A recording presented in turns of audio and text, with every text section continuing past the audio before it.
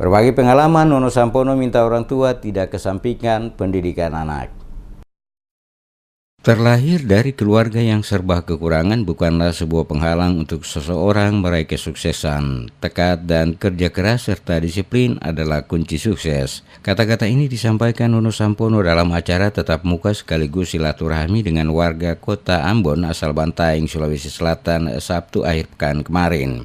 Di hadapan warga Bantaeng, Nono Sampono berbagi pengalaman masa kanak-kanak hingga sukses meraih karir tertinggi sebagai seorang prajurit Tentara Nasional Indonesia Marinir Angkatan Laut dengan pangkat Letnan Jenderal hingga karir politik sebagai anggota senator di Senayan dengan jabatan Wakil Ketua 1 DPD RI saat ini. Nono Sampono menceritakan pengalaman dirinya semasa kanak-kanak yang hidup dari keluarga kurang mampu. Karena hidup serba kekurangan, Nono Sampono kecil pernah berjualan kue dan ikan termasuk menjadi kernet angkot. Semua dilakukan demi membantu perekonomian keluarga ibu dan ayah angkatnya Idris Sampono yang berprofesi sebagai supir angkot. Beranjak dari pengalaman hidupnya, Wakil Ketua 1 DPD RI ini meminta warga Bantaeng untuk mengutamakan pendidikan anak agar mereka menjadi generasi muda yang cerdas dan berakhlak moral, apalagi saat ini peluang untuk menyekolahkan anak hingga ke jenjang yang paling tinggi sangat terbuka. Selain ilmu pengetahuan, pendidikan agama wajib dilakukan sehingga berdampak pertumbuhan moral dan akhlak akan semakin baik dan kuat.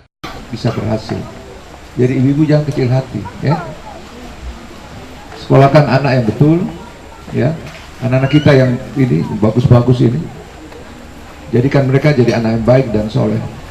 Jadikan mereka anak yang pintar juga. Kalau baik saja saya cukup. Dapat bikin bodoh orang. Sama.